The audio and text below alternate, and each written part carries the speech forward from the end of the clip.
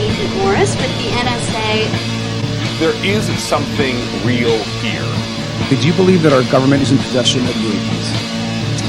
Absolutely, based on interviewing over 40 witnesses over 4 years. And where?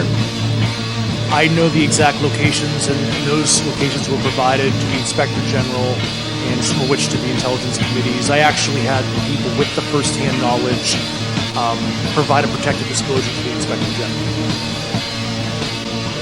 Biologics came to some of these recoveries. Those could represent exquisite new adversary technology. Non-human, and that was the assessment of people with direct knowledge on the program I talked to that are currently still in the program. The government is covering up some level of its knowledge and understanding about what some of those things are.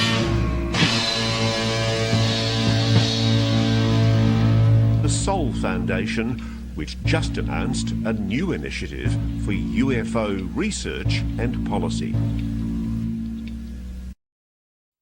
It's nuts, man. I mean, we're just small-town buds who saw a UFO in the woods. I mean, now we're hanging out with the government.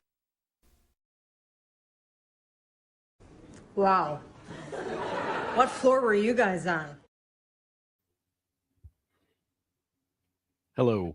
Welcome to another edition of Anomaly Now, straight out of Austin, Texas. I'm your host, Miles Lewis. This is the weekly news media roundup for the 501c3 nonprofit Scientific Anomaly Institute, aka the Anomaly Archives. It is, it's Wednesday, June 10th, 2026. It's 2 days before my birthday, and it's 2 days before Disclosure Day. Or is it already happening? If you know me, you know I'm pretty skeptical about Big D disclosure. But yesterday we did have a big event, sort of. We'll talk about that in just a minute. As usual, you can go to our website. You can look at all the contact information down there, scrolling at the bottom of your screen. If you're watching this, if you're listening to this, go to the website, anomalyarchives.org, and click through to the directory for the all the past episodes of Anomaly Now, and there are links to the audio only versions. Your favorite podcatchers should be able to grab that for you, whether it's all the big ones. Maybe not every single one out there, but we have a Patreon, we have social media, we've got lots of stuff on YouTube, Facebook, Twitch, Instagram, Twitter, X, blah blah blah. Check it out if you want to. Oh, you know what? This is what I need to do. I need to stop. How do I do that? Right. I need to just start over. Let me bring up. Yeah. So, coming up very soon on Wednesday, anniversary of the birth of the modern UFO era, June 24th, David Metcalf is going to be presenting a very exciting and intriguing presentation for our June Anomaly Academy lecture called Strange Accidents, Anomalies at the Edge of Perception. I highly suggest that you go check out information about that at our Patreon and become a Patreon member, help support us in our preservation and public education efforts. You can learn more about David Metcalf. If you are not familiar with him, boy, you've got a lot in store for you. Let's just say that he's worked very closely with Diana Pasulka and is very good acquaintances with all of our best friends, Greg Bishop and others, and highly respected for his deep insights into strange phenomena. Meanwhile, he also is involved in a cool para UFO art and media event, and he's his own amazing artist, and he does these great UFO para inspired sketches, and you can see one here with the poster that he has created for the June 27th event in Burbank, California at the Crooked Path Apothecary called Power to the Paper, Jailbreaking Disclosure, UFO Art Show, Lecture Roundtable with Dean Aliotto, director of the Experiencers, Full Disclosure, and After Hours Salon, including, I believe, there's going to be a seance. Presented by Greg Bishop and Creepy Kingdom. Yeah, you can find out more about this over at, let's see, what is this? Oh, at creepykingdom.com. Greg Bishop and Creepy Kingdom present Power to the Paper, Jailbreaking Disclosure through Art, UFO Art Show and Lecture at the Crooked Path in Burbank, California. Jailbreaking Disclosure through Art is an intimate UFO art event exploring how artists, researchers, experiencers,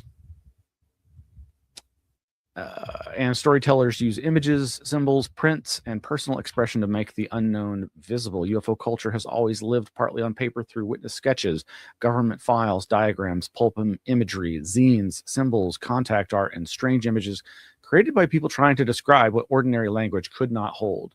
Part art show, part lecture series, and part late night paranormal salon, Power to the Page approaches disclosure through art, folklore, spirituality, horror, media, and the enduring mystery of the unexplained. Lecture and roundtable from 5 to 6:30 p.m., beginning with a lecture by curator Greg Bishop, followed by a roundtable featuring documentary filmmaker Dean Aliotto and experiencer artists. Greg Bishop is, yeah, you all know who he is. Dean Alito, you should know, and we'll kind of come back to Dean in just a little bit. The art show reception is from 7 p.m. to 10 p.m. Experience unique visions of non-human contact by 10 artists, including our good friend Susan Demeter, Barbara Fisher. Both Susan's been a presenter to the Anomaly Academy. Barbara Fisher is going to be presenting in July. Erica Lukes, who we were just interviewed by or talked with, along with Jack Brewer, David Metcalf, and Lucinda Morell, Steve Neal, James Pike, Sam Sheeran, Peach Stitchberry, and Renee Reeser-Zelnick. Some of these people I'm not as familiar with, but I think I've seen their art, and this is just wild and awesome and so cool, and I wish I could be there with my good friend Greg Bishop and others. The reception will also feature free tarot readings, rare flying saucer and UAP inspired music. Well, Greg knows the best and the weirdest. Limited edition event artwork, themed refreshments available as an add-on, an intimate setting for exploring art, contact, mystery, and the unexplained, and the VIP after hours seance. Oh, wow. Okay, this is over at creepykingdom.com. And yeah, there's so much more going on of an artistic nature. We've got all these great links here in the show notes for tonight's episode, including Voice of Space, UFOs, and Paranormal Phenomena over at artforum.com, which is talking, there's also this article talking about that. The Drawing Center, Voice of Space, UFOs, and Paranormal Phenomena over at drawingcenter.org. Martian Gargoyles and Lunar Fish, Chilean artist Alejandro Acosta's wondrous embroidered illustrations for this world's first book, Theorizing Life on Other Worlds. The Others Among Us. Yeah, let's just skip over to some of this. Yeah, over at artforum.com, you can get an introduction to this exhibit. Taken too far, the desire to know can become a perversion. Epistemophiles crave knowledge with a lust that can never be satisfied. That is why they find themselves so enthralled by the UFO, a thing that is definitionally unidentified, unknowable. Voice of Space took its title from a 1931 canvas by Rene Magritte, featured in this wide-ranging group presentation, which shows three orbs floating eerily over a pastoral landscape. The juxtaposition demands an explanation that the picture refuses to provide. In that respect, the work exemplifies the first of two modes that split the exhibition's objects. One depicted an enigma, the other captured what it feels like to decipher one. Yeah, this sounds like a really fascinating exhibition. It goes on to say, the contrast between these examples points to a doubt that nagged me throughout Voice of Space. To what degree does the UFO motif appear in the art, and to what degree was it imposed upon the work by the exhibition's framing? So this is, I think, someone's description of the exhibit, which is this one kind of weird illustration. But over at drawingcenter.org, which is, I guess, where the event is happening, is this Voice of Space, UFOs, and Paranormal Phenomena, where I think you can look at more images or text. Or was this not an exhibit, but an issue of a magazine? Oh, goodness. Yeah. It says Voice of Space, UFOs, and Paranormal Phenomena explores profound mysteries at the intersections of human experience, belief, and the unknown through contemporary art, historical works, and the lens of drawing. This exhibition offers a broad perspective on how humanity has sought to depict, interpret, and question the unexplainable, and how these ideas have influenced art and culture over time. Titled after Rene Magritte's 1931 painting on view in the exhibition, Voice of Space invites viewers to consider the ways in which these themes both live in our collective memory and influence our individual imaginations. I see. Voice of Space is accompanied by a fully illustrated catalog featuring new scholarship by artist Paul Chan, curator Olivia Shao, and American science fiction writer and cultural critic Mark von Schlegel, published through the Drawing Center's Drawing Papers in Print, with a list of featured artists that you can see there. Well, pretty cool. I just love this. And then over at themarginalien.org, Martian Gargoyles and Lunar Fish, Chilean artist Alejandro Acosta's wondrous embroidered illustrations for this world's first book, Theorizing Life on Other Worlds. Some of these illustrations are just gorgeous. These are just beautiful embroideries of alien-looking beings. You should go to that link at themarginalien.org and look at some of these. Oh, goodness. Wow. Very nice stuff. Yeah, go check it out. And then over at, what is this? bfbanana.blogspot.com. That's a blue banana. Looks like AI artwork. Oh, well. But they have an article from a couple of months ago, The Others Among Us, Inside the Musical Mind of UFO Archivist Albert Rosales. If you've been at this for a while, and if you haven't, you should know Albert Rosales is one of these amazing modern Charles Fort-esque collectors of strange UFO close encounter entity reports. It says here, Albert S. Rosales is a man who wears a coat of many colors, born in Cuba in 1958. His family migrated to Spain in 1966. A year later, his family moved to America, first to New York City, but eventually to Miami, where today he lives as an official resident of the United States. And you can find out more about him and his efforts over at this link.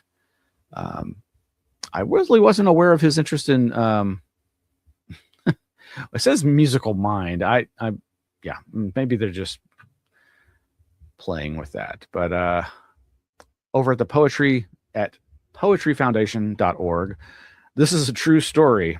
Gray Barker helped create UFO mythology from his home in rural West Virginia. In his poems, he channels the repression and paranoia that stalked post-war America.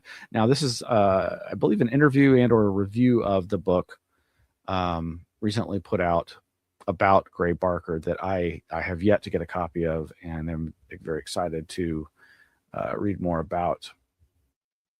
And yeah, Behold the Behemoth, the collected poetry of Gray Barker, edited by Gabriel McKee, who also published last year's excellent biography. I see. It's two different works. I'm getting my things confused.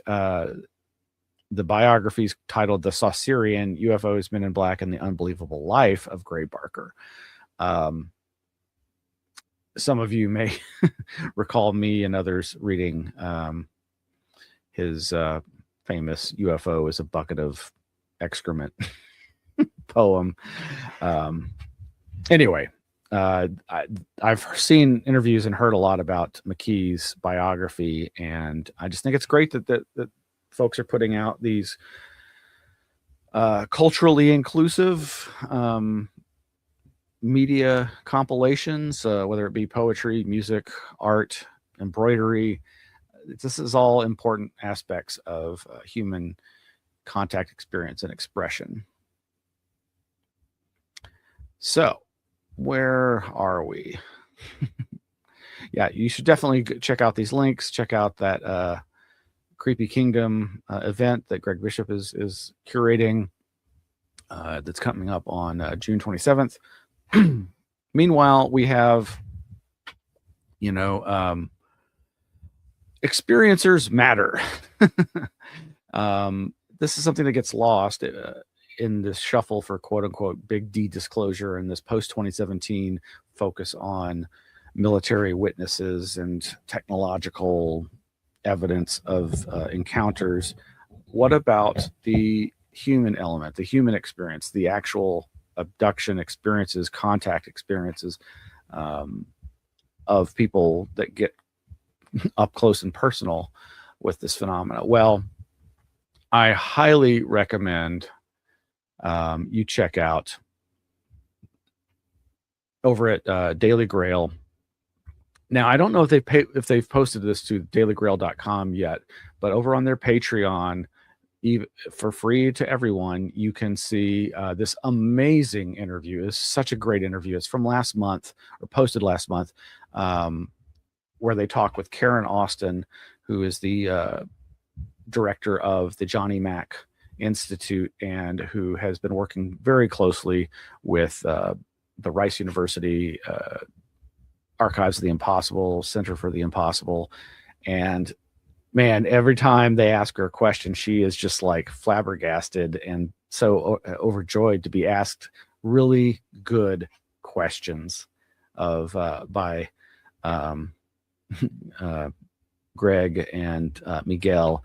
And I highly recommend you go watch this. It's just an hour long, and it's really worth the wait, worth the watch, and it's such a great antidote to the time that we find ourselves in that is so hyper focused on the threat of UFOs and UAP and the begging the government for to tell us the truth. But we'll get to that. But yeah, you can watch this for free over on their YouTube channel, and also, highly recommend you support them, and you can get some great daily news at the Daily Grail website. All right. So there is also this video. I'm only going to play half of it, but you can watch. This is just a teaser. There's a longer version. But previously mentioned Dean Aliotto. I'm probably mispronouncing his name. My apologies. But he has his new documentary. Let me just make sure. I need to make sure that I'm playing this correctly.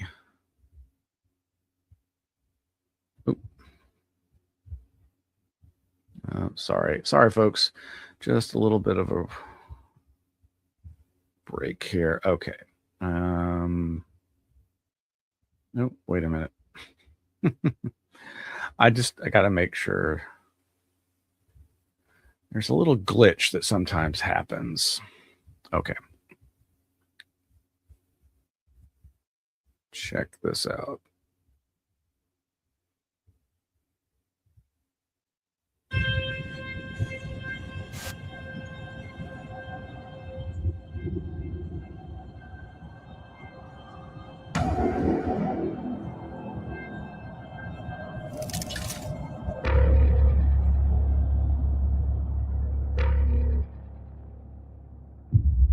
I remember being pulled out of the car by my legs.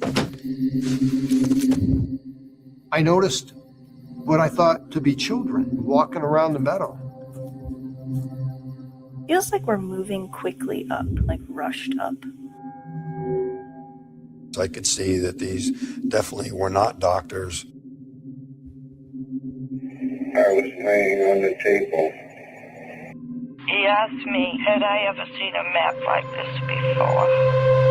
I don't think that they're living sentient beings.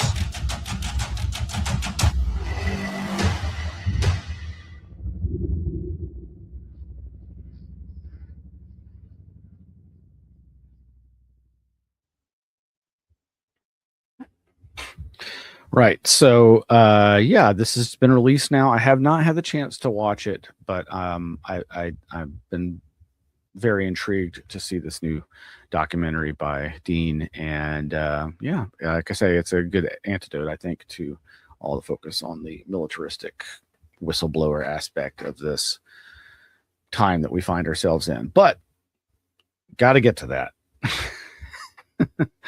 Got to get to that. So, you know, we've got. Oh, and before I touch on that, okay, so coming out in 2 days, Disclosure Day, this Friday, Steven Spielberg's movie, which, of course, with each release of a new trailer, they reveal more and more. It's so clear that he has incorporated the standard UFO mythology, which, I mean, he did pretty well with back when he did Close Encounters of the Third Kind, this iconic UFO contact movie. And but he's, you know, of course, it's decades have gone by and he's updated it. So there's some great stuff that you can watch. It's pretty interesting to me. I don't know that I've seen that many interviews with Steven Spielberg over the years, but he's now doing the podcast and the video podcast, and he's even on the podcast that you can watch on Netflix. But you don't need to watch it; you can just listen to it.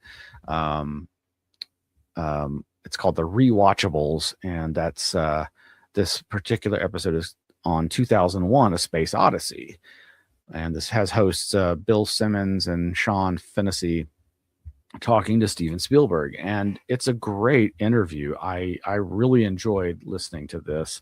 Highly recommended. Again, you don't have to watch it. You can find the audio version and just listen to it. But it's really amazing to hear them discuss and Spielberg pontificate on, you know, his friendship with Kubrick and his first experiencing multiple times and within the first few weeks of it going into theaters, 2001: A Space Odyssey. And of course, along the way, there are references to his experience producing his movies and references to the upcoming Disclosure Day and the relevance of these things. But there's some other good articles. There's this one over at I'm not sure whose show it is, but it's titled Pathology Professor and UAP Expert on Impact of Spielberg's Disclosure Day. And then there's this other interview, Emily Blunt reacts to Disclosure Day conspiracy theories and spills on working with Steven Spielberg. Actually, so I think it's in both. I've seen Emily Blunt comment that she implies that they were made to watch, if they hadn't watched already, the UFO hearing recordings. And in the 2001 Space Odyssey discussion with Steven Spielberg, he comments on the fact he touches on the conspiracy theory surrounding Kubrick's having allegedly faked the moon landing footage for our government, our space agency.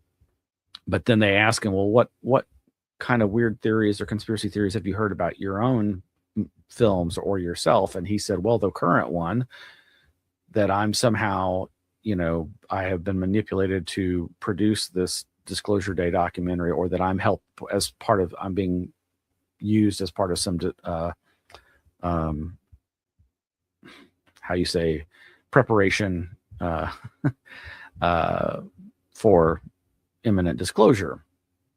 And he's, of course, saying, of course not. But he basically has said multiple times, I've seen in multiple interviews, I think, where he is like, well, you know, I thought that life in the universe out there was possible, but it's only since these hearings and these disclosures that are coming out that he's started believing it's quite possible, if not probable, that there has been a cover-up and that they are here. And that's a big change for him, allegedly. All right. Meanwhile, yes, yesterday, Tuesday, June 9th, was the press conference for the Task Force on the Declassification of Federal Secrets. And you can find a page that we've created for that over at the website. And the main guest of honor was of course David Grush, who has been working for Representative Burleson on this task force and trying to help get to the bottom, get the secrets out. C-SPAN describes it as UFO whistleblower David Grush joined bipartisan members of the task force on declassification of federal secrets to advocate for the disclosure of government files containing knowledge of alien life forms. They called for immunity for UFO whistleblowers and emphasized that the American public deserves to know the truth. Well, yeah. You can watch the entire video at C-SPAN, as well as, of course, News Nation covered it. Reuters actually covered it. Reuters news outlet covered the entire event. News Nation did, as did Fox 10 out of Phoenix, and probably others that I haven't seen. Of course, there were a number of watch parties that happened with everybody from Pavel of Psychoactivo and his gaggle of podcaster friends, The Night Shift, etc. Christina Gomez, and of course Martin of Podcast UFO, and with special guests and many others. But yeah, it's worth checking out. It's only about 35 minutes, about 5 minutes or so of Q&A, though the interviewers, unfortunately, or rather the journalists asking the question were not mic'd, so it's kind of hard to hear. But I'm going to be posting better versions of that, I think, and we actually have some clips that I'm going to play for you right now, if I can. Where are those clips? I've got about 5 clips. The first clip is 3 minutes. So each of these representatives, Burleson, Burchett, Moskowitz, some others, in the background are a number of military. I think it's Dylan. No, I'm sorry. I think it's Disitelli, Admiral Tim Galladay, the Soul Foundation's Peter Skafish lurking in the background, but the rest are mostly I don't recognize everybody, but I'm sure they've all been identified. But it opens with I believe James Fox, and then the politicians start talking, and then eventually Leslie Kean. And so I'm going to start. I've got 5 clips. The first clip is about 3 minutes, and that features Leslie Kean. And I like that she's the only one not wearing a suit. And she's the only one of these people who is like me and so many of us that are interested in this, that's been involved in this scene for a long time. And so I do think she's worth listening to for the next 3 minutes. All right, here we go. My name is Leslie Kean. I'm one of the reporters who wrote the 2017 New York Times story that fundamentally changed the conversation about UAP. In the years that followed, members of Congress met with Navy pilots and received classified briefings. Some came to realize that the observed objects were highly unlikely to be American, Russian, or Chinese technology, but nobody would publicly confirm what they were. Then, in 2023, the conversation changed again. Former intelligence official and whistleblower David Grush met with members of Congress, providing them with detailed information about covert government programs that he said possessed craft of non-human origin. This had been hidden from congressional oversight for decades. I was privileged to have interviewed Mr. Grush extensively before publishing his story with my colleague Ralph Blumenthal 3 years ago. 6 weeks after the story broke, Mr. Grush testified under penalty of perjury in an open congressional hearing. While under oath, he spoke about an ultra-secret crash retrieval program and stated that some craft contained specimens or pilots, which he called non-human biologics. The potential existence of another living, intelligent, advanced species has more implications for humanity than the recovery of technological hardware. Now, the conversation needs to shift again, with more of a focus on biology and less on technology. Having served for decades on the staff of Congressional Intelligence and Defense Committees, Kirk McConnell, who is standing here today in the back, He was present in classified settings when highly credible sources briefed senators, including Marco Rubio, about recovered non-human bodies. Unlike legitimate national security concerns that require us to keep advanced technologies of non-human origin secret, that justification should not apply to biological evidence. Knowledge of the existence of another life form, studied and documented by qualified experts, should not be considered a threat to national security. By what authority can any institution withhold confirmation of what may be the most consequential scientific discovery in human history? Knowledge that we are not alone does not belong to any government or military. It belongs to all of humanity. Today, I call upon the President to prioritize the declassification and public release of any evidence concerning recovered, advanced, non-human biological entities.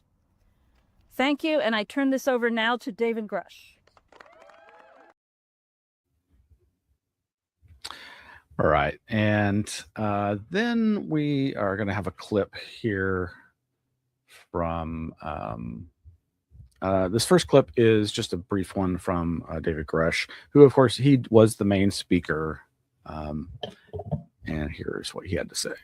In my official duties, I was exposed to human and signals intelligence information concerning foreign adversary, UAP crash retrieval, exploitation and study efforts, adversary views on U.S. legacy program reverse engineering efforts, and U.S.-held audiovisual information related to crash retrieval matters, such as the recovered vehicles and the associated biological material. One must always be concerned about adversarial disinformation when you're getting foreign intelligence, but I was able to cross-verify this information internally to back up the foreign government assertions. Yeah, so that I could see a lot of people would probably latch onto that, and he's trying to mitigate that criticism of, oh yeah, okay, you've looked at other countries' intelligence analysis of what they're able to get and what they might believe about these alleged programs. And obviously, yes, you've got to be aware that itself could be disinformation, or they could be being themselves disinformed by our own disinformation programs. But interesting nonetheless. And here's another clip of him. Remember, classification exists to protect the nation. Executive Order 13526 discusses what can and cannot be classified. Embarrassment, hiding funds, criminal activity, and the basic information about scientific information in the universe is unlawful for it to be classified. And this is why whistleblower protections matter. Through my federal litigation ongoing with the Department of War, I learned that the Air Force worked with an external agency to seek an investigation of me for alleged unauthorized disclosures punishable under the Espionage Act after I testified in front of Congress in 2023, discussing the results of my congressionally directed investigation in the support of the first Trump administration. This should concern every member of Congress, regardless of party. To this day, I'm still fighting years of record withholding, administrative obstruction, and a prolonged effort to get a medical military retirement that I still am not in retired status. And this is, I think, again, this is, I do really think there is a very important whistleblower protection component to this. And it's not just about UFOs, it's about everything. Because if there is illegal activity happening in the government and the military and the intelligence community and in the compartmentalized black budget programs, that there needs to be protection for folks who are trying to protect us from that and trying to blow the whistle and inform the public about this wrongdoing. And as we know, he was more or less targeted and retaliated against, and we don't know all the details, but we do know that some unscrupulous investigative journalists participated in smear campaigns against Mr. Grush. And I don't know. I think I see both sides of so many of these issues. But now this next clip is about 3 minutes long. Again, you can go watch the whole thing. It's only 35 minutes. And it's not that amazing. It's not that there's a lot of testimony. It's mainly just these politicians saying, Mr. President, you're being manipulated. We're all being manipulated. We're all being lied to. And it's time for these obstructions to be taken out of the way and for the truth to be let out there. And whatever your political leaning is, I do agree that needs to be done. Whatever president happens to be in power when that happens, that's a big can of worms. But here we are.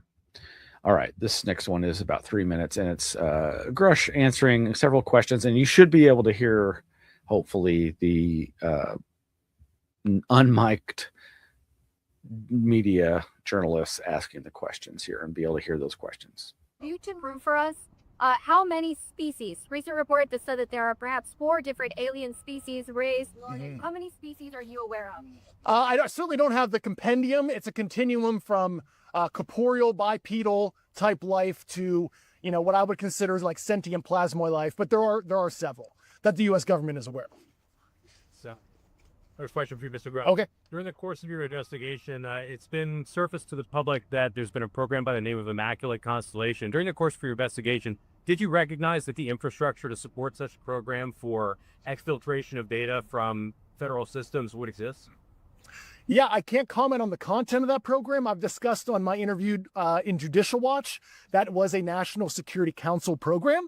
And the secrecy started in 1954 through an Eisenhower executive order that created that infrastructure. Thank you very much. So, Mr. Grush, Kristen Fisher with the Endless Story. When you look at where we are right now in this moment for the disclosure movement, what's at stake here? I think the sovereign contract between the citizenry and its government. I think the institutional rots that the lack of transparency in this issue is possibly going to cause an unattainable socioeconomic condition if the government is not transparent, akin to certain other. I don't want to say the Epstein files. That's a dirty word, but we could have that kind of scandal if we're not transparent on this issue. And do you have any advice for people who are new to the UFO topic, the UAP topic, who just really don't know where to begin? There's just so much misinformation out there. What is your advice to them? I would go watch James Fox's documentaries. I like the Disclosure's a great movie. That's a good primer. So, and there is a declassified 1971 Australian formerly classified secret assessment that a couple years ago was put in the Australian National Archives. I encourage people to read page 7 through 16, and that was the nuclear branch chief of the Australian government discussing the U.S. cover-up and the involvement of the CIA back in the 70s. And that's actually a little-known document that is publicly available. David, a question with the whistleblower, Matthew Sullivan. Is there anything that you know, or is there anything that ties into what is happening here today and with his testimony that never happened because he died 2 weeks, I guess, before? That's an ongoing. It's an ongoing federal investigation. Yeah, they're leading up, but a lot of the stuff that started happening and picking up speed is just weird that it somewhat correlates to the disclosure efforts. What was he coming in to testify for? That would be a question for Rep. Burleson. Yeah, David. Well, yeah, Mr. Sullivan was on the Legacy program. I served on active duty with him in the Air Force, but I don't want to discuss details of his knowledge until the federal investigation is complete. So lots of very interesting stuff there, not least of which is his mentioning in the context of types of entities that there might be that he might be aware of. Plasma consciousness, plasma intelligence. That's pretty interesting. I don't know that I've ever heard him make reference to that. He probably has. He's done so many other interviews that I haven't seen. The question about Immaculate Constellation, which I'm still inclined to think was just the documentation that whistleblower came across was of a war game, just war game related materials that were incorporating all of this open source mythology as the best we can describe it until we know for sure, even though I do tend to think a lot of it could be true. And the now deceased attempted whistleblower Matthew Sullivan, very interesting little tidbits there. So, oh, and yes, the let's see, yes, the 1971 Australian UFO assessment. You over at disclosure.org is this document. And it's a little blurb on congressional press conference calls for whistleblower immunity and full UAP disclosure. But one of the most interesting things here is them talking about the 1971 Australian assessment. During the press conference Q&A, David Grush referenced a specific historical document that warrants closer examination, a declassified 1971 Australian government assessment titled Scientific and Intelligence Aspects of the UFO Problem, prepared by O.H. Turner, head of the nuclear branch in Australia's Joint Intelligence Organization. Grush described it as a, quote, little-known document that is publicly available and encouraged people to, quote, read page 7 through 16, unquote, where Turner discussed, quote, the U.S. cover-up and the involvement of the CIA back in the 1970s. Document is significant because it represents a formal Allied government assessment, not speculation from a private researcher, that examined U.S. intelligence involvement with UFO reports, the role of the CIA and Robertson panel in public debunking, advanced propulsion research, and the distinction between the U.S. government's public posture and its private intelligence interest. Read the full declassified assessment, and they have it embedded here for you to read. And they also tell you why they think this matters, and they have a link to the News Nation version of the press conference. It looks like the whole thing. Now, if you want to see more about this event, like I said, you can go to our page for that. But we also have a page on anomalyarchives.org for United States government UFO UAP developments, where we've got links to the main developments in terms of the last few years of these different hearings, and we've embedded a lot of the videos from these different hearings. Of course, the most recent thing being this yesterday's task force press conference. Of course, the recent Pursue document releases happening at the Department of War, DOW.gov/UFOs. Presidential Unsealing and Reporting System for UAP Encounters, Pursue. And then last year's September 9th, Restoring Public Trust Through UAP Transparency, as well as the May 1st, 2025, Understanding UAP Science, National Security, and Innovation, House Oversight and Accountability press conference, hearing, presentation. I guess it was more of a press conference. The November 13th, 2024, GOP Oversight and Accountability, Unidentified Anomalous Phenomena, Exposing the Truth hearing. The same day, I got those in the wrong order. November 19th, 2024, hearing on the activities of ARROW, the All-Domain Anomaly Resolution Office for the Senate Armed Services Subcommittee, the SASC, on emerging threats and capabilities. This was a barely attended, but still interesting hearing chaired by Gillibrand and interviewing Dr. Kozlowski of the new head of ARROW. And then, of course, back in July of 2023, the UAP hearing with David Grush, David Fravor, and Ryan Graves.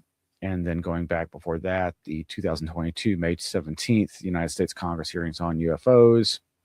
And then a whole bunch of other historic stuff, including citizen hearings and other congressional hearings. But yeah. Okay, where else? We've got so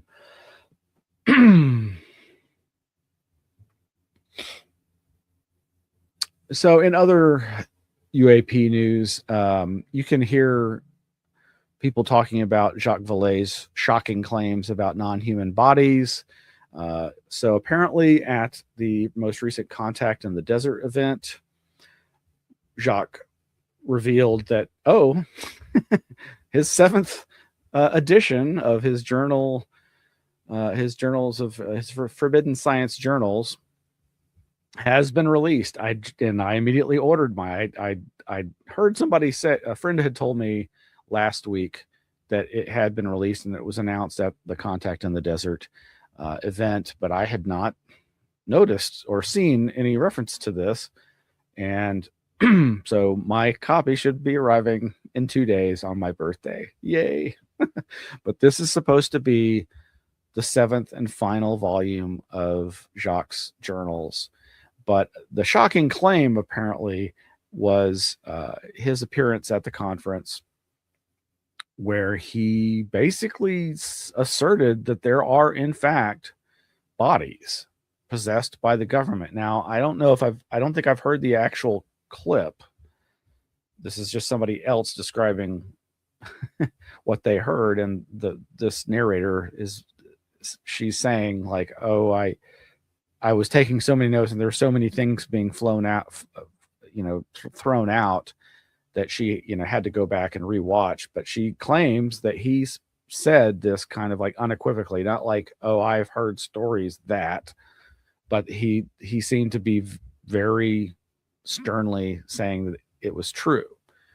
Hard to say. We'll see. I wouldn't be surprised. I think, maybe as he's gotten older, he's just not worried about saying things that maybe he wouldn't have said so definitively before.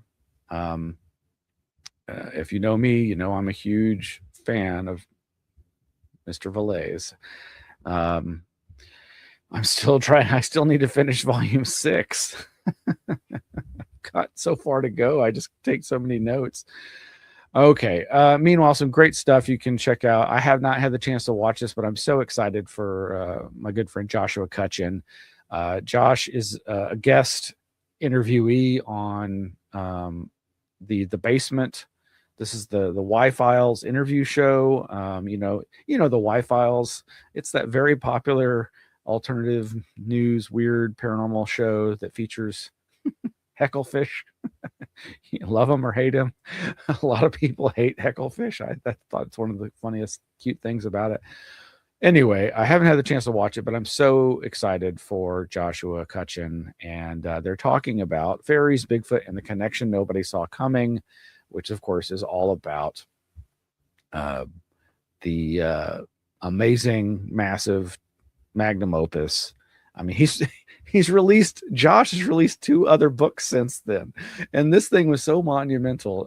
Ecology of Souls, which, of course, is a phrase from Terence McKenna, but it's his, it's the culmination of all his previous books, but focused through the lens of the idea that there's something to do with death and the afterlife in all these strange phenomena. His 2 books since that 2-volume tome and its massive appendix 3rd tome are Fourth Wall Phantoms and, oh gosh, I don't even have it pulled up, but what is the other new one? Yes, The Inverted Path. That's right. The Inverted Path is now available. That's his latest book, Supernatural Disorientation and Interruptions in Travel. My God, Joshua, you're killing it. You're knocking it out of the park. And I was so happy to see a video that Greg Bishop posted of Joshua and Greg and some others at Giant Rock doing what I've been there for with Greg when he's done this before, which is every time he goes, he plays on speakers at the Rock, calling occupants of interplanetary craft. Anyway, let's see what else we got. So something that David Grush referenced in that in his Q&A, I think when he, in the context, I think of the Immaculate Constellation question, he said that he had done this interview. Gosh, it's Judicial Watch, which is generally considered a conservative think tank, investigative journalism outlet.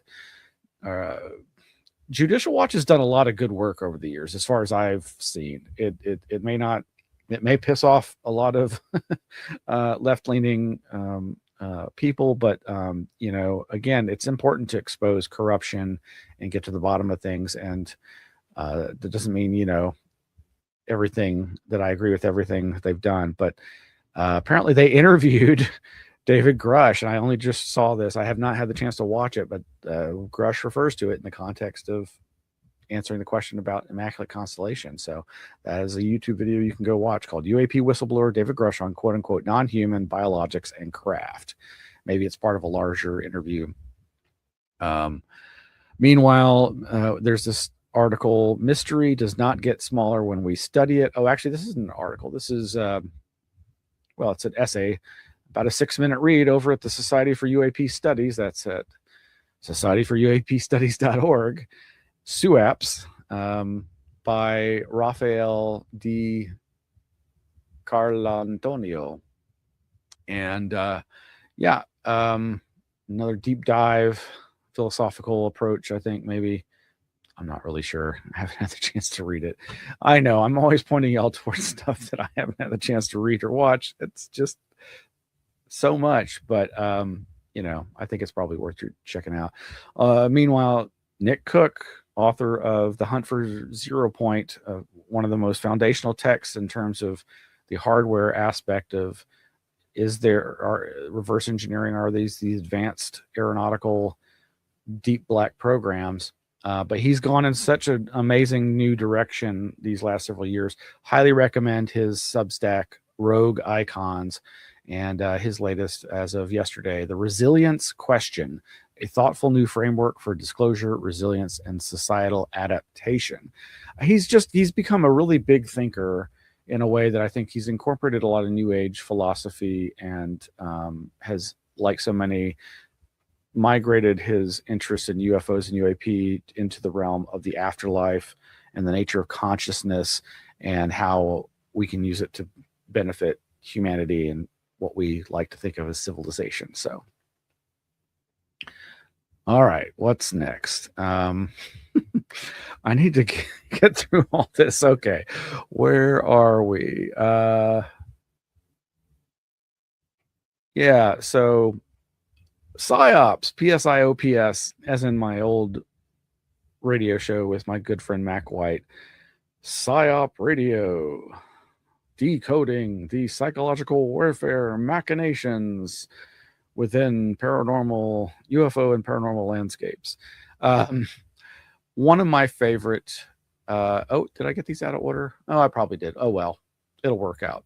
Who cares? Over at theguardian.com, the alien autopsy scandal. This fascinating tale of a bizarre DIY that's do-it-yourself hoax hits Spinal Tap levels of hilarity. I so want to see this documentary series about the alien autopsy. You know, I remember when I was printing my ELF Infested Spaces Journal of Possible Paradigms zine back in the 90s. In my P.O. box one day was a press release from Santilli's company, and it included, and I've got the scans in the archives, little two slide photographs of the body, and promoting the documentary. This article starts, a fake alien made by a Doctor Who sculptor, animal organs sourced from a butcher, an actual magician behind the camera. This outrageous story makes for a great watch. Well, I can't wait to see it.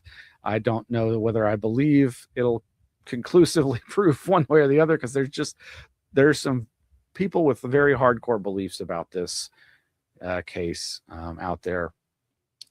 Gosh, where's the other? Oh, yes, here we go. Yes, over at David Clark's Substack.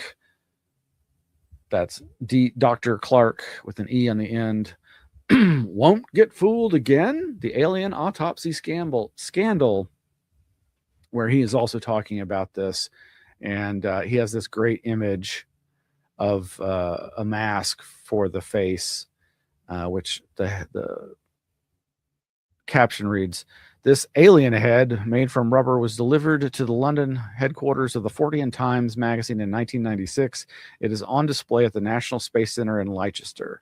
The caption describes it as a fake, claiming to prove the film Alien Autopsy to be a fake, which in itself has later been shown to be a fake film of a fake alien crash. Fakes of fakes. Yeah, it can get really confusing. Oh, and so this is premiering on Friday on Sky Documentaries. Can I just go there? Yeah, okay. You can link through Alien Autopsy Scandal. Sometimes the truth is stranger than fiction, or is it? Watch on Sky Documentaries. And now I bet we can't watch it over here. Maybe there's a way around that. I don't know. So yes, okay, back to PsyOps. That was Autopsy to Aliens. Back to PsyOps. I always want to recommend Tanner Boyle's Getting Spooked blog. He's been doing a podcast besides his wonderful in-depth researched articles. He's got this latest gnome chat number 9. When he gets all his friends together, he calls it his gnome chat, and that's their podcast. And Beyond Thunder Gnome with Dr. Wendy S. Painting. If you don't know the name Wendy S. Painting, you should. I don't have the page for that, do I? Gosh. So we have on the archives website, we have a page for her amazing tome on the terrible Oklahoma City bombings. That's really, it focuses on the individual, the lone nut. God, I'm just blanking on his name, but anyway, I highly recommend this gnome chat. It's ostensibly about Jeremy Corbell's documentary Sleeping Dog, which he will say is not his documentary, but it's in coordination with him, where they were going to talk about that documentary. They do bookend the show with some talk about it, but they don't really actually talk about it that much. Mostly, God bless. Sorry, there's so much noise happening outside my house right now. I hope it's not coming through. Okay. Tanner Boyle's Getting Spooked, number 30, Gnome Chat 9, Beyond Thunderdome with Dr. Wendy S. Painting, wherein Tanner forces everyone to watch the Jeremy Corbell-centric doc, Sleeping Dog, 2026. Excuse me. And Wendy tells a remarkable story concerning CIA pilot, UFO disinfo peddler John Lear, who is part of the focus of the Jeremy Corbell Sleeping Dog movie.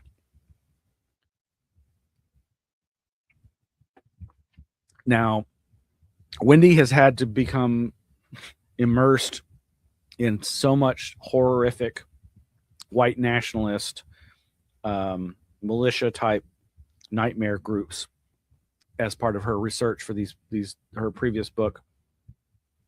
And the story she relates is crazy.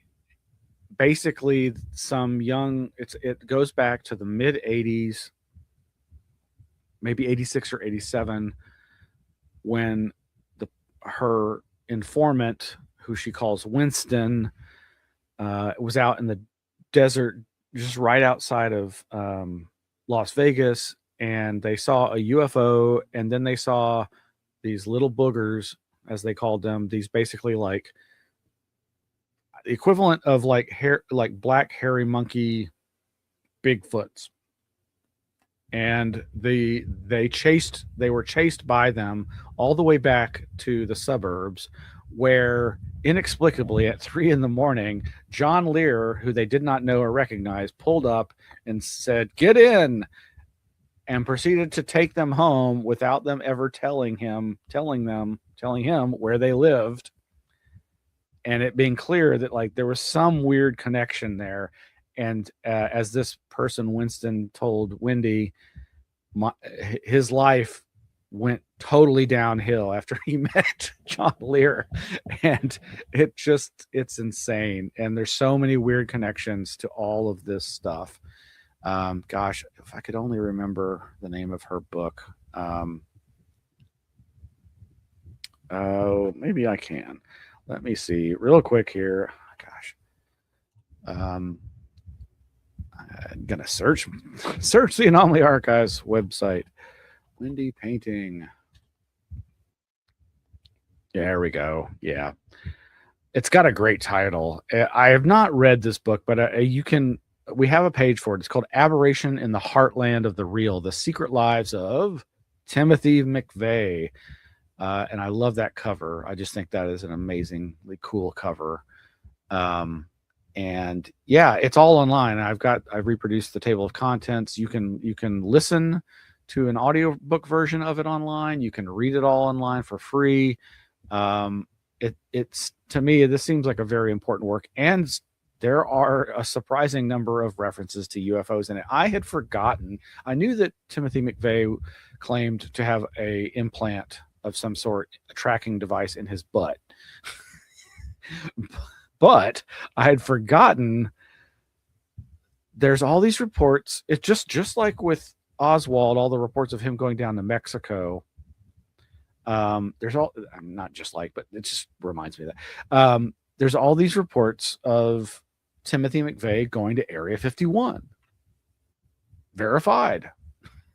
Very strange. Anyway, highly recommend Gnome Chat number 9, Beyond Thunderdome. Beyond Thunder Gnome, with Dr. Wendy S. Painting and the entire Gnome Chat crew, as orchestrated by Tanner F. Boyle. Great job, guys. Meanwhile, this isn't that paranormal or anomalous, sadly. Over at cryptoschatology.blogspot, this is, of course, Robert Guffey's website. Highly recommend all of Robert Guffey's work. I really need to do an interview with him. I love his work. But he posted a link, and I'd seen other links to this. Mysterious urban warfare drills rattle LA area residents. This kind of thing happens all the time, and it often involves Delta Force and other barely regulated military groups who have very sketchy backgrounds, histories. And as in this case, they often will do night raids with, not live fire, but with, full-on automatic sounding weapons and bombs going off in abandoned urban areas. In this case, this blog reads, an abandoned Long Beach hotel was the site of a dramatic U.S. military raid early Friday, part of a series of urban warfare exercises across the Los Angeles area this week. The training took place at the Golden Sails Hotel on Pacific Coast Highway near Deer Drive. Shortly after midnight, multiple military helicopters were seen circling the building before dropping troops onto the roof. Troops deployed flashbangs and went door to door inside the old hotel using simulated gunfire. Long Beach police officers provided traffic control and briefly closed Pacific Coast Highway in both directions. Similar training exercises have taken place in other LA metro cities in recent days, frustrating some local residents. The U.S. military has not offered an explanation for the timing of these exercises. But as somebody who's followed this kind of parapolitical activity, and I would categorize it as that, and I put it under the category of psyops, because it basically is sending a message. It is psychological warfare on Californians, in my opinion. You can fill in the blanks and figure out what I mean by that. All right, where to next? I think I can close all that. Yeah. Let's see. We also have, you should check out under Consciousness, Mind, and Beyond, this article over at The Guardian. They surprise me every time. Bees can use tools to solve problems, study finds. There's also this interesting article over at aeon.co. extraterrestrial tongues. And, I was excited to see about a month ago that Jesse Michaels did a video on what's commonly referred to as the stoned ape hypothesis. Terrence McKenna had a lot of different theories. He could rattle off any idea anytime, and he had so many different ideas that were often mutually exclusive, but not always. And one of those was his stoned ape theory. And I don't know that he's originally the person who came up with this or the person that came up with that phrase, but what is the name of, is it Food of the Gods? Or I think it's Food of the Gods. He did a book, or at least, no, that's maybe the collection of essays. Anyway, he put forth this idea that I think has been around for a while, but that our ancestors evolutionarily on the plains of Africa, living their non-sedentary lifestyle as they, followed beasts on the plains, would come across mushrooms sprouting out of dung and ate them, and that could have sparked the evolution of our consciousness. And then he would also pontificate on the idea of, well, it's been discovered that mushroom spores can survive in the vacuum of space. And this gives rise to the idea of an alternative view on panspermia, the idea that if not life in terms of molecules seeding planets from floating through space, that these spores, these forms of life, could come to a planet, be ingested by an existing creature, and spark new brain activity and new consciousness levels. Anyway, you can watch the American Alchemy, Jesse Michaels, Are Mushrooms Aliens video, which, is very entertaining. It's an idea I've always found fascinating. Of course, there's a whole, I think I've mentioned on the show, I believe there's a brief booklet written under the pseudonym of somebody else by McKenna, where he puts forth the whole alien panspermia idea, and that mushrooms are aliens, and that they have triggered us and intend to have us become more advanced technologically so that we can become off-world traveling, and then we can help spread the mushrooms, to other planets. As an accompaniment to mentioning this, there is this YouTube video. I'm not sure who it's by, but it's former athletes use magic mushrooms to help treat traumatic brain injuries. And I have really mixed feelings about this. I am, of course, an advocate for the legal use of psychedelics for both therapeutic and recreational use. I personally, think that people should be allowed to responsibly use anything they want to alter their consciousness. And I think some of these drugs are incredibly powerful tools for doing positive work psychologically, spiritually, etc. They're not for everybody, though. And but at the same time, I do think there's good evidence that this could really help soldiers. This could really help anybody with traumatic brain injuries. But this particular video, let me just say, I've come to understand that there is a lot more happening with big money behind the scenes as it relates to the psychedelic therapy movement. And a lot of bad stuff has happened and is happening. And it really kind of bothers me. I don't know. This former athlete who suffered his own traumatic brain injury is now, after having benefited from this, moving into this as a business. And I'm not saying there's anything wrong with that. It gives me very mixed feelings, but check it out. It was a very interesting video, and it's a big can of worms. Moving quickly into the last of the show here, miscellaneous weird news. Anthony Peake, an explorer of consciousness, he's posted this video that you can watch over on his YouTube channel. He originally posted it on Facebook, but it's just about 5.5 minutes. It's a very strange experience. He's recounting an experience. So this video is him at this year's 2026 Contact in the Desert event, where he's sitting at the same table in the vendors area where he has sat, I guess, in 2025 and 2024.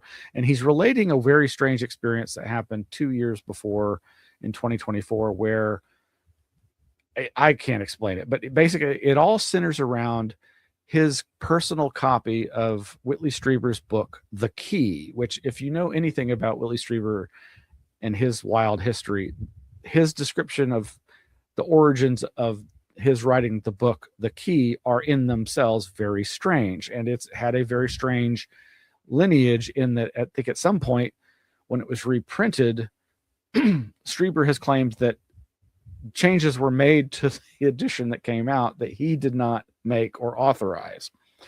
That's strange enough. But in this story, Anthony Peake is kind of describing what, if you're not familiar with the word, an aport, a teleportation type, an aport, a materialization phenomena, whereby he basically had intended to bring his copy of Strieber's The Key to get Strieber to sign it, but had left it back in England, and suddenly there's a copy of it on the floor in front of him in this space at Contact in the Desert, and it just gets weirder from there. Now, I don't know, it could easily, like, I think he even says maybe this is some memory issue he's having, but it doesn't, it sounds like there could be a couple different things going on, but that's very strange. But what I found funny also is this came on the heels of me talking to Greg Bishop, who of course was at Contact in the Desert, and as they do with attendees who are presenting and doing workshops, they like to have those presenters present, introduce other speakers, and one of the people that they had Greg introduce was Anthony Peake, and I said, hey, that's kind of funny because, I think it was Anthony Peake who appeared, whose face appeared in that weird experience that you and Strieber talked about last year, that Strieber was convinced was Mac Tonnies of crypto-terrestrial fame. Now, if you remember, I talked about this on 2 different shows back in August of last year. But in the August 6th, 2025 episode of Anomaly-NOW, I talked about this, and I include some of the pictures here and a link to the video. This video, which Strieber described as, this is the single strangest story in the history of Dreamland, Dreamland being the title of the show. And it has to do with his being made aware of a strange face that briefly showed on the screens, or was photographed as being shown on the screens behind him at Contact in the Desert.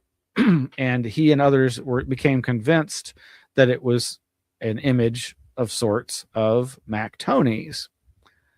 Well, I think I expressed at this in the episode of Anomaly-NOW that I think it was just a glitch, and that it was Anthony Peake, because they were showing placards for Unraveling Reality Panel from Psychedelics to Synchronicity. Who was going to be on the panel? Anthony Peake. Anyway, so you may want to go check that out. It's kind of fun. And then lastly, we've got some cryptozoology news. There's a ton of stuff. We got links to the American Primate Conservancy. That's americanprimate.org.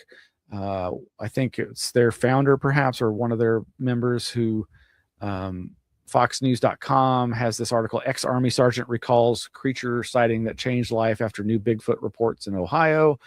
And then over at the denvergazette.com, teen reportedly shot Sasquatch over weekend of odd encounters in remote American forest. Then over at thestandard.co.uk, underwater drone joins annual hunt for Loch Ness Monster. And then our good friend Tim Banal over at coasttocoastam.com links to and reports on a video. Cryptid patch created by West Virginia Police Department proves wildly popular. And I got to say, this looks like such a cool patch, which has images of Mothman, the Flatwoods Monster, and something else that's hidden by the YouTube button there. But Tim writes, a police department in West Virginia created a special patch celebrating 3 of the state's iconic cryptids, and the cool collectibles sold out in less than 24 hours. Unveiled on March 31st by the Granville Police Department, the peculiar piece features Mothman, the Flatwoods Monster, and the Grafton Monster. Amazingly, less than a day after announcing that the patches were available for purchase for $15, with proceeds going towards their Shop with a First Responder program, the department had a follow-up social media post wherein they marveled that they sold their entire stock. And there's lots of links to explore there, including the video news report about that from local media. That's pretty cool. Meanwhile, Small Town Monsters has put out a video I have not had the chance to watch called The Sabine Sasquatch, Bigfoot Beyond the Trail, that I'm very intrigued about because, of course, they are in East Texas investigating reports of Bigfoot-like creatures. And for those of you who remember, you can go to our website and you can listen to my good friend, may you rest in peace, Rob Riggs, where we released a recording of a lecture he gave back in 2014, a few years, a year or two before his passing, where within the broader lecture, he relates this amazing story of when he and we just practically met, and his friend, our friend, Chester Moore Jr., knew of a case happening on the Sabine River in East Texas. And we went, and boy, some weird stuff happened. So you don't have to listen to the whole lecture, but there is an excerpt there. It's about 9 minutes that gets to the heart of this. That's just, oh my God. I've listened to this so many times when he's like, Miles, you remember this? And I'm like, absolutely. Everything he says happened, and it's crazy. We didn't see a Bigfoot, but we had some crazy synchronicities as Rob Riggs is talking about Chester's boat called the Swamp Devil and the legends of the Rougarou. Okay, I think that's it. Well, you can go to the website, go to anomalyarchives.org, go to our YouTube channel, go to our Patreon. We could really use your support in any form or fashion. Thank you for joining us. We hope you got something out of this episode and all of our episodes. It really means the world to us when you reach out and tell us what you think of our material. Hit the like, hit the subscribe button, the notification bell, all that stuff. It really does help. And I hope you have a wonderful week, and we'll see you very, very soon. Take care.